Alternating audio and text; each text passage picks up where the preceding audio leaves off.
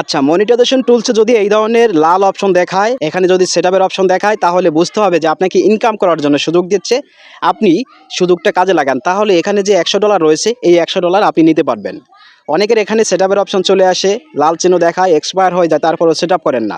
এই ভুল কাজটি করা যাবে না। যদি এখানে ইনকাম করার আশা থাকে, তাহলে আপনি দ্রুত সেটআপটা কমপ্লিট করেন। সেটআপটা কমপ্লিট করার পরে এখানে লাল চিহ্ন চলে যাবে, আর এখানে যে $100 দেখতে পাচ্ছেন, এই $100 আপনি নিতে পারবেন। তবে আপনাকে রিয়েলভাবে এখানে কাজ করে নিতে হবে। আর এখানে যে ভিউ অপশন দেখাচ্ছে, এই ভিউ অপশন অনেকের বেলায় দেখায় সেটআপ করার পরে, কিন্তু এই ভিউ অপশন কখন যাবে এবং লাল অপশন কখন যাবে, এই জিনিসটা আপনারা অনেকে বুঝেন না। যখন সেটআপটা কমপ্লিট হবে, কমপ্লিট হওয়ার পরে এখানে ভিউ অপশন দেখাবে। তো এই ভিউ অপশন কয়দিন দেখায়? 4 থেকে 5 দিন দেখায়। যখন সেটআপটা কমপ্লিট করা হয়, তখন পে আউটের ভিতরে হোল দেখায়। তো হোল দেখার কারণ হচ্ছে সেটআপ করার সাথে সাথে আপনার আর্নিং আপনি তুলতে পারবেন না।